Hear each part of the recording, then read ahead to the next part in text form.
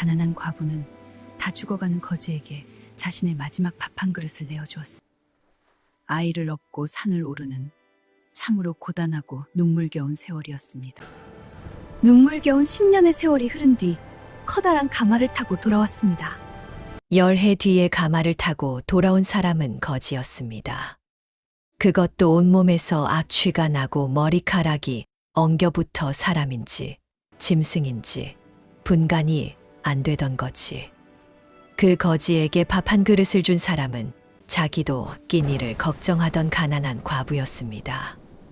이것은 그 밥 한 그릇이 어떻게 두 사람의 운명을 송두리째 바꾸어 놓았는지에 대한 이야기입니다. 전라도 남원 근처에 구례라는 고을이 있었습니다. 지리산 자락이 병풍처럼 둘러쳐진 그 고을 한쪽 끝에 초가집 한 채가 있었는데 지붕에 이영이 반쯤 내려앉아 비만 오면 안에서 우산을 써야 할 지경이었습니다. 그 집에 강씨성을 가진 여인이 살고 있었습니다. 나이 30이 채 되지 않았는데 얼굴에는 40이 넘은 사람의 주름이 패여 있었습니다. 남편을 여인 지 3년째 되는 해였습니다. 남편은 나무꾼이었습니다. 지리산에 올라가 나무를 하다 절벽에서 미끄러져 세상을 떠났는데 그때 강 씨의 뱃속에는 아이가 있었습니다. 남편이 죽고 넉 달 뒤에 아들이 태어났습니다. 이름을 복이라 지었습니다. 복이 많이 받으라는 뜻이었는데 이름과 달리 복이의 삶은 태어나는 순간부터 고단했습니다. 강 씨에게는 논도 밭도 없었습니다. 남편이 살아있을 때도 나무를 해다 장에 내다 파는 것이 수입의 전부였는데 그마저 없어지니 당장 먹고 살 길이 막막했습니다. 시댁 식구라고는 시어머니 한 분이 계셨는데 남편이 죽자마자 강 씨를 내쫓으려 했습니다. 손주를 봐야 하니 아이만 놓고 가라는 것이었습니다. 강 씨는 아이를 품에 꼭 안고 그 집을 나왔습니다. 차라리 굶어 죽을지언정 아이와 떨어질 수는 없다고. 강 씨가 얻어 들어간 초가집은 마을 끝자락에 있는 빈집이었습니다. 주인이 흉년에 야반도주하고 남은 집인데 지붕은 새고 벽은 허물어져 사람이 살 곳이 못 되었습니다. 강 씨는 진흙을 이겨 벽을 떼우고 억새를 베어 지붕을 덮었습니다. 그것이 강 씨와 보기의 보금자리였습니다. 먹고 사는 것은 처절했습니다. 강 씨는 새벽마다 산에 올라 나무를 캐고 도토리를 주었습니다.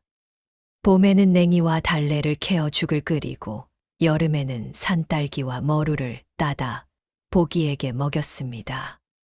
가을에는 도토리를 주워 묵을 쓰고 밤을 까서 말렸으며 겨울에는 그 말린 것들로 간신히 버텼습니다. 쌀밥이라는 것은 명절에도 구경하기 힘들었습니다. 강 씨는 자기 끼니를 거르는 날이 많았습니다. 있는 것은 보기에게 먼저 먹이고 자기는 물로 배를 채웠습니다. 마을 사람들은 강 씨를 불쌍히 여기면서도 크게 도와주지는 않았습니다. 저마다 먹고 살기 바빴기 때문입니다. 간혹 김장철에 배추 몇 포기를 나눠주거나 추석에 송편 한 접시를 갖다 주는 정도가 전부였습니다. 오히려 뒤에서 수군거리는 사람이 더 많았습니다. 젊은 과부가 혼자 아이를 키우겠다고 버티는 것이 딱하기도 하고 한편으로는 곱지 않은 눈으로 보는 사람도 있었습니다. 강 씨는 그런 시선에 아랑곳하지 않았습니다. 강 씨에게는 오직 한 가지 생각뿐이었습니다. 보기를 제대로 키우는 것. 이 아이만큼은 압이 없다는 소리 듣지 않게 반듯하게 키우는 것. 그것이 강 씨가 새벽마다 산을 오르는 이유였고 자기 밥을 굶는 이유였습니다. 보기가 3살이 되던 해 가을이었습니다. 그해 여름에 큰 비가 져서 농사가 흉년이었습니다. 마을 전체가 어려웠는데 강 씨네는 말할 것도 없었습니다. 도토리도 밤도 산에서 쓸려 내려가 주울 것이 없었고 나물마저 시들어 캘 것이 없었습니다. 강 씨는 이를 악물고 더 먼 산까지 올라갔지만 빈손으로 돌아오는 날이 많아졌습니다. 그러던 어느 날이었습니다. 가을비가 부슬부슬 내리는 저녁 때 강 씨가 보기를 재우고 부엌에서 물을 끓이고 있었습니다. 저녁이라고는 할 것도 없는 물 한 소치였습니다. 그때 대문 밖에서 인기척이 났습니다. 강 씨가 나가보니 대문 앞 처마 밑에 사람이 하나 쓰러져 있었습니다. 처음에는 사람인 줄 몰랐습니다. 누더기가 엉겨붙은 것이 짐승의 가죽 같았고 머리카락이 새까맣게 뭉쳐 얼굴을 덮고 있었습니다. 코를 찌르는 악취가 비냄새를 뚫고 올라왔습니다. 강 씨가 조심스럽게 다가가 보니 그것은 사내였습니다. 나이를 가늠하기 힘들었는데 20대 같기도 하고 40대 같기도 했습니다. 숨은 붙어 있었지만 얼굴이 흑빛이었고 입술이 하얗게 말라 있었습니다. 강 씨는 망설였습니다. 솔직히 무서웠습니다. 젊은 과부가 혼자 사는 집에 낯선 사내를 들이는 것은 아무리 죽어가는 사람이라 해도 마을 사람들의 입에 오르내릴 일이었습니다. 하지만 강 씨는 그 사내의 손을 보았습니다. 비에 젖어 드러난 손이 뼈만 앙상했는데 그 손이 보기의 손과 겹쳐 보였습니다. 이 사람도 누군가의 아들이고 누군가의 형제일 것이라는 생각이 들자 그냥 돌아설 수가 없었습니다. 강 씨는 사내를 부축해 부엌 옆 헛간으로 들였습니다. 방 안에 들이는 것은 아무래도 안 되었기 때문입니다. 헛간에 볏짚을 깔고 사내를 눕힌 뒤 부엌으로 가서 솥을 뒤졌습니다. 있는 것이라고는 쌀 한 줌과 좁쌀 약간이 전부였습니다. 그것은 내일 보기에게 먹일 아침거리였습니다. 강 씨는 한참을 솥 앞에 서서 고민했습니다. 이것을 쓰면 내일 보기가 굶습니다. 하지만 저 사람은 오늘 밤을 못 넘길 수도 있습니다. 강 씨는 쌀을 꺼냈습니다. 아까워서 손이 떨렸지만 꺼냈습니다. 쌀과 좁쌀을 함께 솥에 넣고 물을 부어 죽을 끓였습니다. 거기에 마당 한쪽에 심어둔 파 2뿌리를 뽑아 송송 썰어 넣었습니다. 변변찮은 죽이었지만 김이 모락모락 올라오는 것이 그래도 사람을 살릴 수 있는 온기는 담겨 있었습니다. 강 씨는 그 죽을 사발에 퍼서 헛간으로 가져갔습니다. 사내는 반쯤 정신이 돌아와 있었는데 강 씨가 사발을 내밀자 떨리는 손으로 받아들었습니다. 사내가 죽을 마시는 모습을 강 씨는 문 밖에서 지켜보았습니다. 사내는 죽을 한 모금 마시고 멈추었다가 또 한 모금 마시고 멈추었다가 하더니 마지막에는 사발을 2 손으로 감싸 쥐고 소리 없이 울었습니다. 눈물이 사발 안으로 떨어졌습니다. 강 씨는 말없이 돌아서서 부엌으로 왔습니다. 솥에 남은 것은 죽이라 하기도 미난 묽은 미음이었는데 강 씨는 그것을 보기 몫으로 남겨두고 자기는 빈속으로 잠자리에 들었습니다. 다음 날 아침 강 씨가 헛간에 가보니 사내가 깨어 앉아 있었습니다. 밤새 자고 나니 기력이 조금 돌아온 듯 했습니다. 강 씨는 가까이 가지 않고 헛간 문 밖에 서서 사내에게 어디서 왔느냐고만 물었습니다. 사내는 느리게 입을 열었습니다. 원래 한양 사람이라고 했습니다. 아버지가 역관이었는데 아버지가 어떤 사건에 연루되어 집안이 하루아침에 풍비박산이 났다고 했습니다. 가산이 몰수되고 아버지는 옥에 갇혔으며 어머니는 충격으로 쓰러져 세상을 떠났다고 했습니다. 형과 누이는 뿔뿔이 흩어져 행방을 알 수 없고 자기 혼자 남쪽으로 도망쳐 2년 넘게 떠돌았다고 했습니다. 이름은 최치영이라고 했습니다.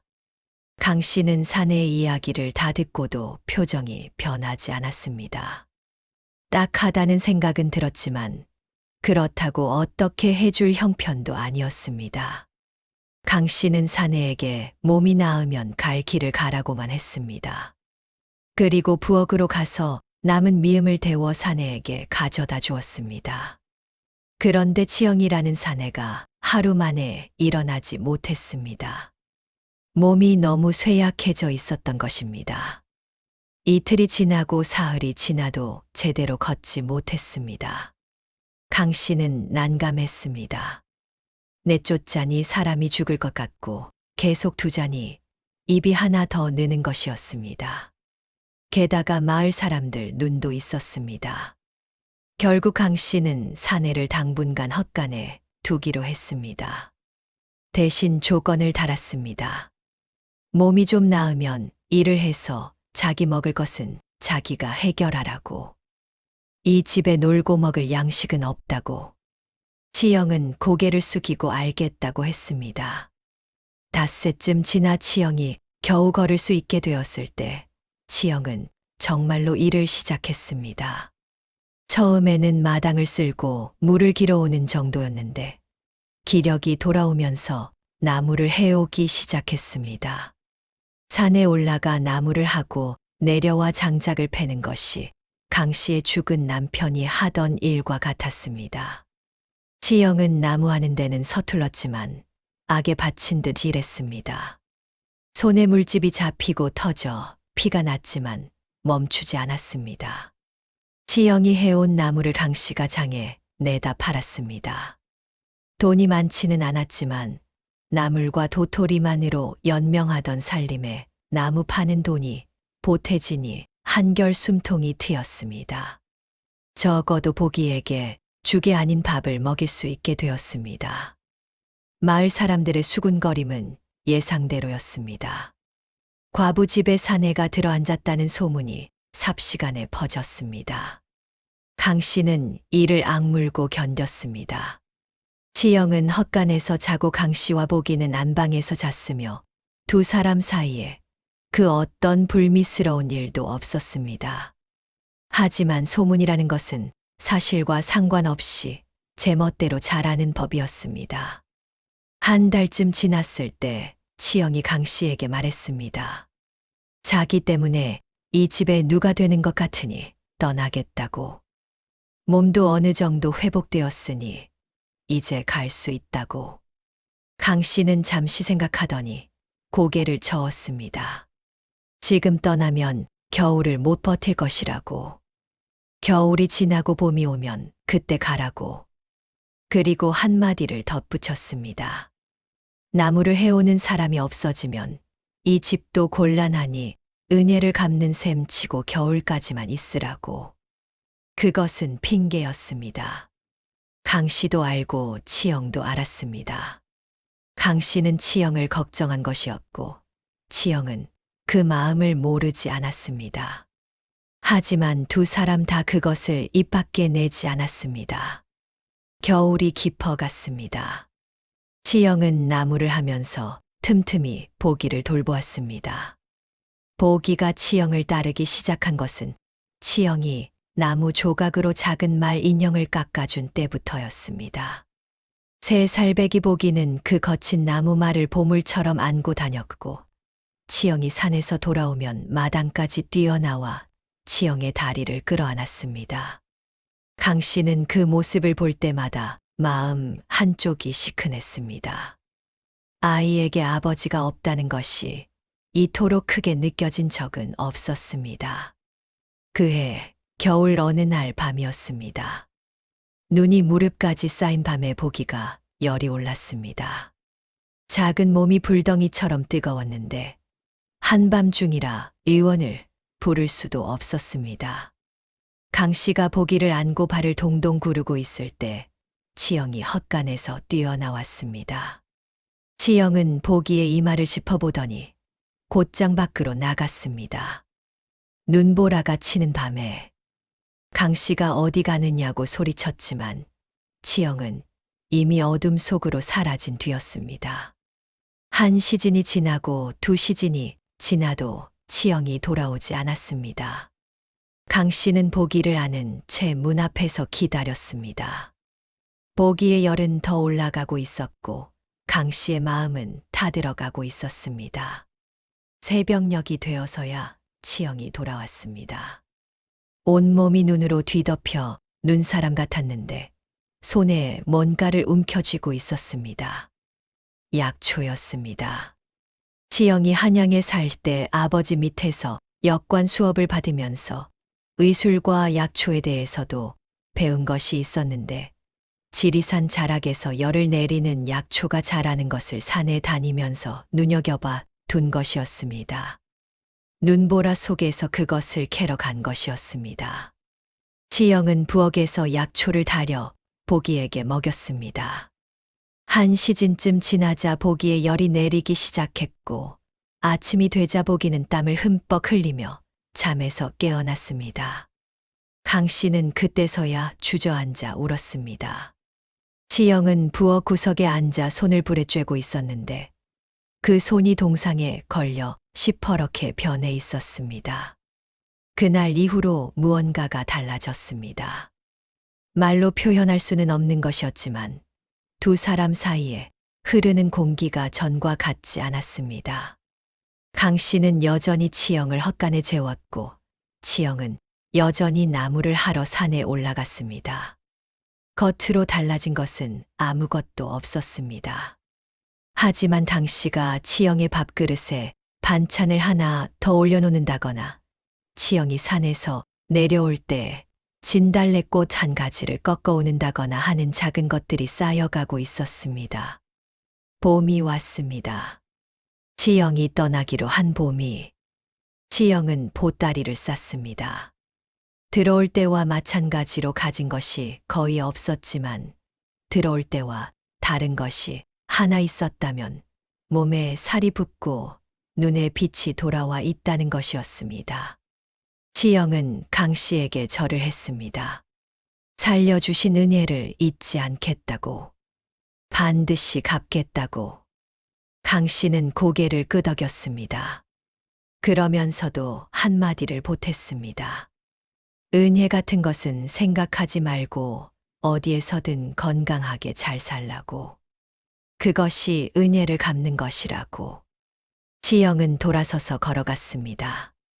마을 어귀를 지나 고갯길로 올라가는 치영의 뒷모습을 강 씨는 대문 앞에 서서 한참 바라보았습니다.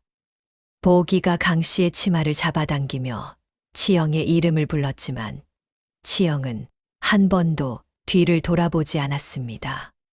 돌아보면 떠날 수 없을 것 같았기 때문이었을 것입니다.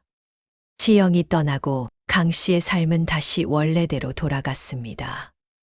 혼자서 나무를 캐고 혼자서 나무를 하고 혼자서 보기를 키우는 나날이었습니다. 달라진 것이 있다면 헛간이 텅 비었다는 것과 보기가 가끔씩 나무말 인형을 들고 치영의 이름을 부른다는 것뿐이었습니다. 1년이 지나고 2년이 지났습니다. 강 씨는 여전히 가난했지만 무너지지 않았습니다. 보기가 5살이 되자 강 씨는 그를 가르치기 시작했습니다. 강 씨 자신은 그를 모르는데 어떻게 가르쳤느냐 하면 마을의 훈장에게 사정하여 보기를 서당에 보낸 것이었습니다. 서당 수업료를 낼 형편이 안 되니 강 씨가 훈장댁에 빨래와 바느질을 해주는 조건이었습니다.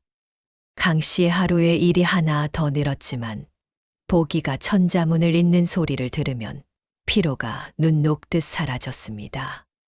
3년이 지나고 4년이 지났습니다. 치영에게서는 아무 소식이 없었습니다. 강 씨는 치영을 잊었느냐 하면 그렇지 않았습니다. 가을비가 내리는 저녁이면 문득 생각이 났습니다. 그날 밤 처마 밑에 쓰러져 있던 사내, 죽 한 사발을 마시며 울던 모습, 눈보라 속에서 약초를 캐어온 동상 걸린 손. 하지만 당신은 그 생각을 오래 붙들지 않았습니다. 자기에게는 당장 내일 보기에게 밥을 먹여야 하는 현실이 있었기 때문입니다. 5년째 되던 해에 강 씨에게 작은 변화가 생겼습니다. 강 씨가 나무를 캐는 솜씨가 마을에서 제일이라는 소문이 나면서 장에서 강 씨의 나무를 찾는 사람이 늘어난 것이었습니다. 특히 강 씨가 묻히는 도토리묵과 말리는 산나물은 맛이 좋기로 입소문이 퍼져 이웃 고을 장에서까지 사러 오는 사람이 생겼습니다. 강 씨는 이것을 놓치지 않았습니다. 산에서 캐는 나물의 종류를 늘리고 말리는 방법을 다듬어 장에 내다 파는 양을 조금씩 늘려갔습니다. 보기가 7살이 되던 해에는 강 씨가 작은 텃밭을 일구었습니다. 집 뒤쪽에 묵은 땅을 호미로 파 뒤집고 콩과 고추를 심었습니다. 수확이 많지는 않았지만 장에 내다 파는 품목이 하나 더 늘었습니다. 그 돈으로 보기에게 새 신발을 사주었을 때 강 씨는 처음으로 자기 힘으로 뭔가를 해냈다는 보람을 느꼈습니다. 6년째, 7년째. 강 씨의 살림은 여전히 빠듯했지만 굶는 날은 없어졌습니다. 보기는 서당에서 제법 총명하다는 소리를 듣기 시작했고 훈장이 이 아이는 장차 크게 될 제목이라며 칭찬했습니다. 강 씨는 그 말 한마디에 몇 달을 버틸 수 있었습니다. 8년째 되던 해에 마을에 큰 가뭄이 들었습니다. 우물이 마르고 논바닥이 갈라졌습니다. 강 씨네야 논이 없으니 가뭄 피해가 직접적이지는 않았지만 산의 나물도 말라버려 캘 것이 없었고 장에 나가봐야 사는 사람이 없었습니다. 마을 전체가 줄이기 시작했습니다. 강 씨는 그때 이상한 짓을 했습니다. 자기도 넉넉하지 않은 처지에 마을에 굶는 아이들을 모아 죽을 끓여 먹이기 시작한 것이었습니다. 강 씨가 모아둔 도토리와 말린 나물과 콩을 풀어 큰 솥에 죽을 쑤면 마을 아이들이 사발을 들고 줄을 섰습니다. 마을 어른들이 강 씨에게 물었습니다. 자기도 없는 판에 왜 남의 아이들까지 먹이느냐고. 강 씨는 대단한 이유를 대지 않았습니다. 그냥 아이들이 굶는 꼴을 못 보겠다고만 했습니다. 하지만 강 씨의 마음속에는 말하지 않은 이유가 하나 더 있었습니다. 옛날에 처마 밑에 쓰러진 사람에게 밥 한 그릇을 주었던 그때의 기억. 자기도 쪼들리면서 그 밥 한 그릇을 내준 것이 후회되지 않았던 기억. 그때 강 씨는 알았습니다. 어려울 때 나누는 한 그릇이 배부를 때 나누는 10그릇보다 크다는 것을. 가뭄이 지나고 마을은 서서히 회복되었습니다. 그리고 강 씨에 대한 마을 사람들의 시선이 달라지기 시작했습니다. 예전에는 과부라고 수군거리던 사람들이 이제는 고개를 숙여 인사했습니다. 아이들에게 죽을 먹인 일이 사람들의 마음을 움직인 것이었습니다. 9년째가 되었습니다. 보기는 12살이 되어 훈장의 가르침 아래 제법 글을 읽고 쓸 줄 알게 되었습니다. 강 씨는 나물과 묵을 파는 것에 더하여 이웃 고을까지 나가 품삯일을 하며 보기에 뒷바라지를 했습니다. 강 씨의 손은 갈라지고 등은 굽었지만 보기가 글 읽는 소리는 날로 맑아졌습니다. 그리고 10해째 되는 해가 왔습니다. 그 해 봄은 유난히 일찍 왔습니다. 산수유꽃이 노랗게 터지고 매화향이 바람을 타고 흘러올 무렵 마을에 이상한 소문이 돌기 시작했습니다. 굴의 고을에 큰 행차가 온다는 것이었습니다.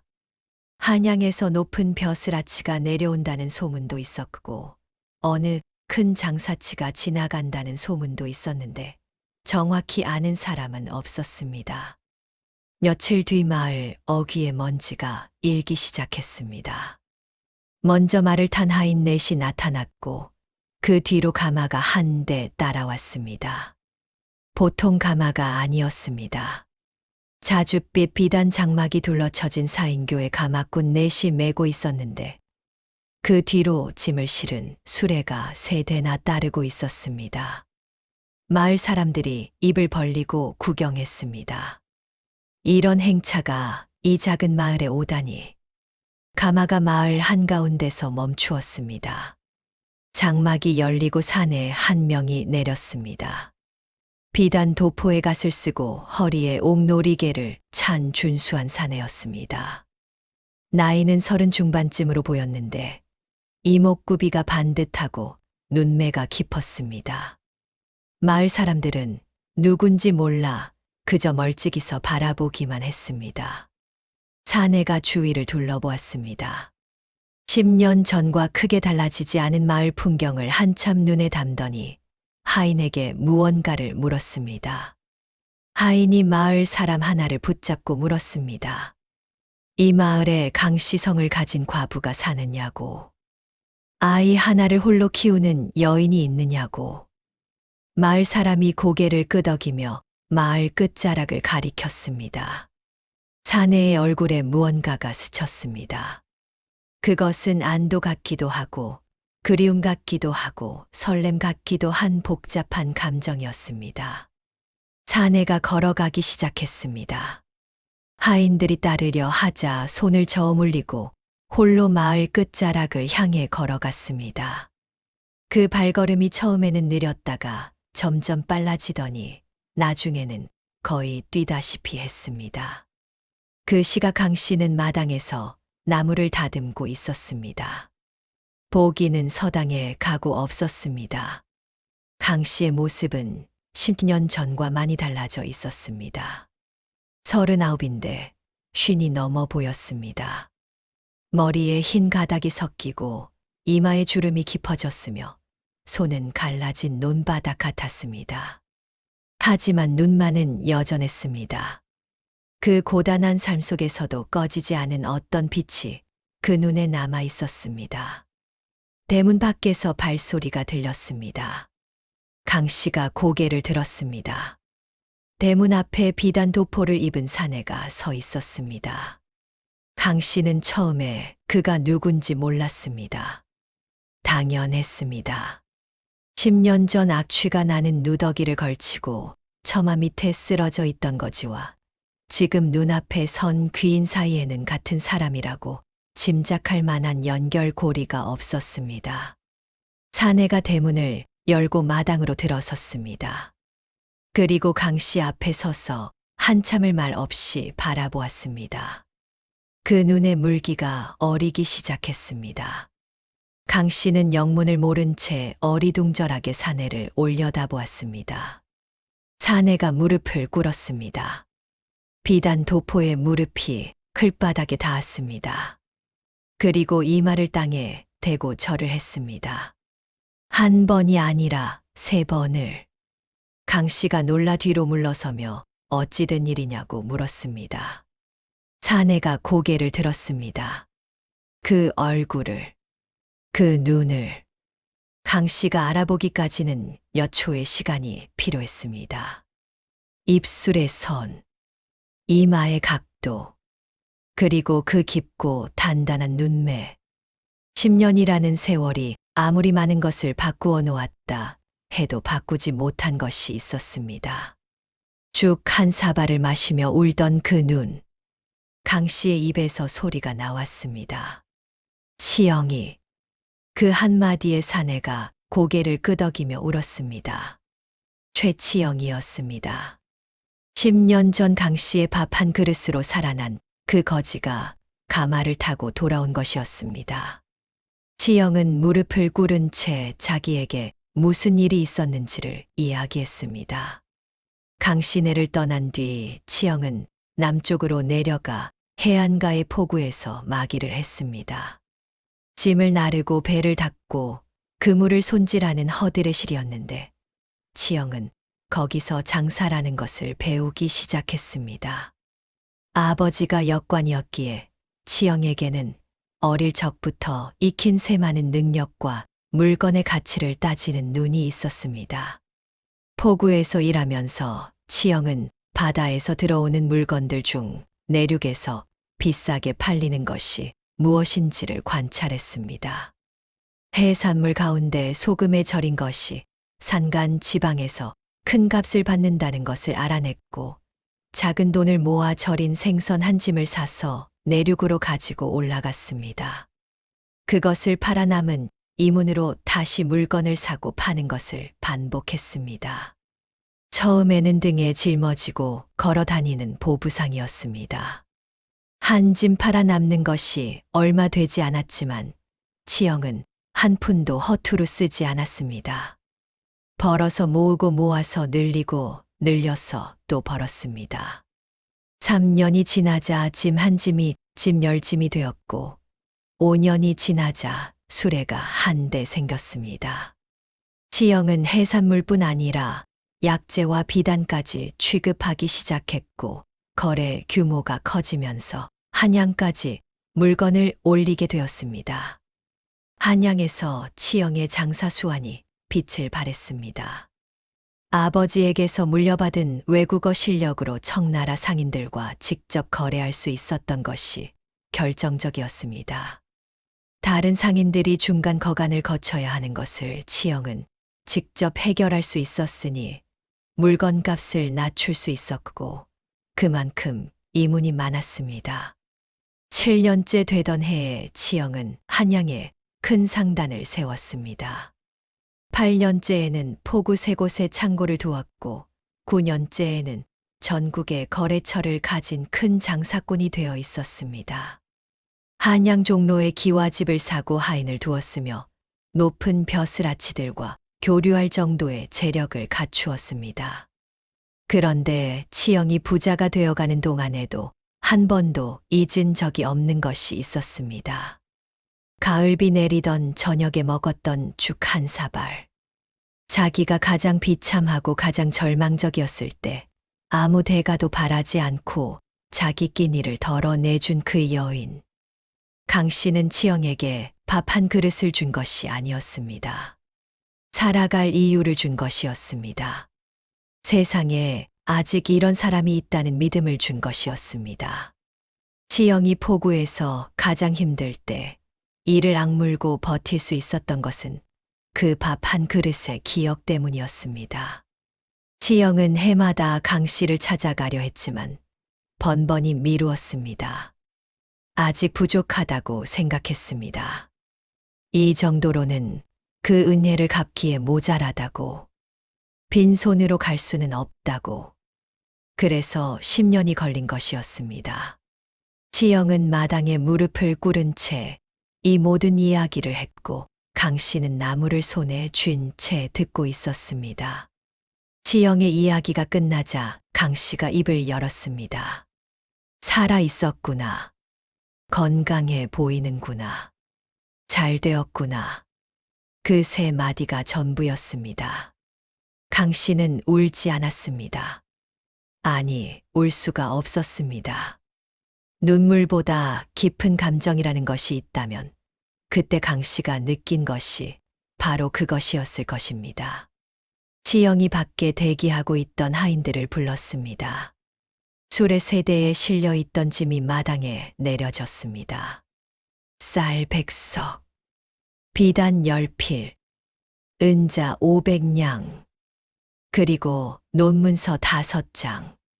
치영이 굴에 고을에 있는 논 5마지기를 사서 강 씨 이름으로 문서를 만들어 온 것이었습니다. 강 씨는 고개를 저었습니다. 이것을 받을 수 없다고. 자기는 밥 한 그릇을 줬을 뿐인데 이렇게 큰 것을 받을 이유가 없다고. 치영은 다시 절을 했습니다. 이것은 밥 한 그릇의 값이 아니라고. 자기 목숨의 값이라고. 자기가 살아서 이 자리에 있는 것이 전부 그 밥 한 그릇 때문인데 목숨의 값을 돈으로 치면 이것으로도 모자란다고. 강 씨는 한참을 말이 없었습니다. 그러다가 조용히 말했습니다. 그럼 하나만 부탁하겠다고. 이 쌀과 비단과 은자는 받지 않겠지만 논문서만 받겠다고. 그것도 자기를 위해서가 아니라 보기를 위해서라고.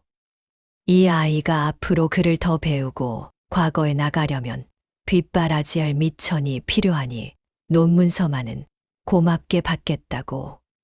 치영은 안 된다고 했습니다. 다 받아야 한다고. 하지만 강 씨는 완강했습니다. 신랑이 끝에 치영이 한 발 물러섰습니다. 대신 조건을 달았습니다. 나머지 쌀과 비단과 은자는 이 마을에 환원하겠다고. 강 씨가 가뭄 때 마을 아이들을 먹인 것처럼 자기도 이 마을에 보답하겠다고.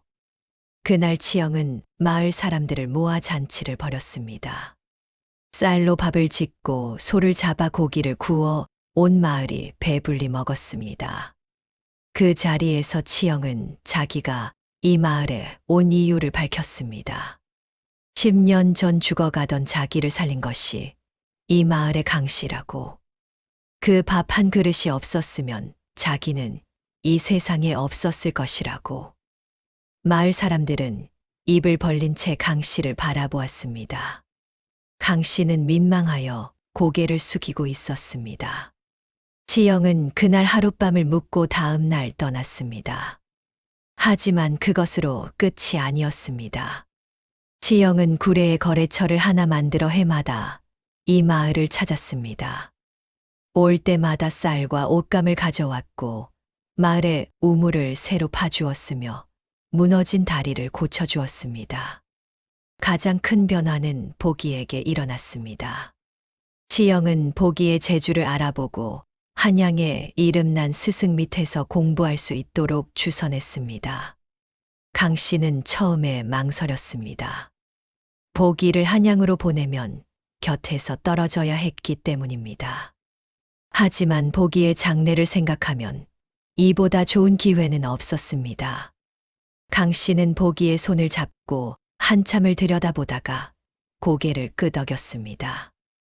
보기가 한양으로 떠나는 날 강 씨는 보기의 보따리에 나무말 인형을 하나 넣어 주었습니다. 치영이 깎아준 그 나무말. 7년 동안 보기가 품에 안고 자던 그것이었습니다. 강 씨는 이것을 가지고 가라고 했습니다. 힘들 때 이것을 보면 집이 생각날 것이라고. 그리고 이것을 깎아준 사람의 마음도 생각하라고. 보기는 한양에서 뛰어난 성적을 거두었습니다. 스승이 감탄할 정도로 글재주가 있었는데 그것은 타고난 머리도 있었지만 어머니가 산나물을 팔아 서당에 보내준 그 세월이 만든 밑바탕이기도 했습니다. 보기는 19의 과거 소과에 합격했고 22의 대과에 급제했습니다. 구례 산골 과부의 아들이 대과에 급제했다는 소식은 고을 전체를 들썩이게 했습니다. 보기가 벼슬을 받고 고향에 돌아오던 날 강 씨는 마을 어귀에서 기다리고 있었습니다. 관복을 입고 말을 탄 아들을 보는 순간 강 씨의 무릎에 힘이 풀려 주저앉았습니다. 보기가 말해서 내려 어머니에게 달려가 안았습니다. 강 씨는 아들의 가슴에 얼굴을 묻고 한참을 울었습니다. 밥 한 그릇을 줄까 말까 고민하던 그 가을밤부터 여기까지 오는데 걸린 시간이 주마등처럼 스쳐 지나갔습니다. 치영도 그 자리에 있었습니다. 한양에서 소식을 듣고 함께 내려온 것이었습니다. 치영은 강 씨에게 다가가 절을 하며 말했습니다. 내가 드린 것은 논문서 몇 장이었는데 그것이 대과 급제가 되어 돌아왔다고. 역시 이 집안은 한 그릇을 주면 10배로 돌려주는 집안이라고. 강 씨는 웃으며 고개를 저었습니다. 아니라고. 자기가 한 것은 아무것도 없다고. 보기가 스스로 해낸 것이라고. 하지만 모든 사람이 알고 있었습니다. 보기를 만든 것은 강 씨라는 것을. 새벽마다 산에 올라 나무를 캐고 자기 밥을 굶어가며 아이를 먹이고 빨래와 바느질로 서당 수업료를 대던 그 어머니가 아니었으면 보기는 그를 배울 수조차 없었을 것이라는 것을. 보기는 벼슬길에 나가서도 어머니를 잊지 않았습니다. 녹봉을 받으면 가장 먼저 구례로 보냈고 틈이 나면 고향을 찾았습니다. 강 씨는 아들이 보내주는 돈으로 넉넉하게 살 수 있었지만 생활 방식을 크게 바꾸지 않았습니다.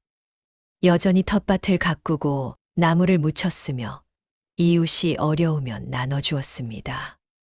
달라진 것이 있다면 이제는 끼니를 굶는 날이 없다는 것과 지붕에서 비가 새지 않는다는 것뿐이었습니다. 치영은 나중에 전국에서 손꼽히는 큰 상인이 되었습니다.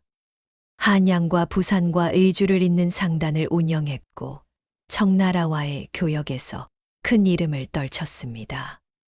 하지만 치영은 해마다 가을이면 반드시 구례를 찾았습니다. 가을비가 내리는 저녁이면 강 씨의 집에서 마루에 앉아 빗소리를 들으며 그때 그 죽 한 사발 이야기를 했습니다. 치영이 40이 넘어 자기 아들을 낳았을 때 아들에게 가장 먼저 가르친 것은 글이 아니었습니다. 사람이 어려울 때 밥 한 그릇을 내줄 수 있는 마음. 그것이 치영이 아들에게 가장 먼저 가르친 것이었습니다. 강 씨는 오래 살았습니다. 보기가 높은 벼슬에 올라 손주까지 본 것을 다 지켜보았습니다.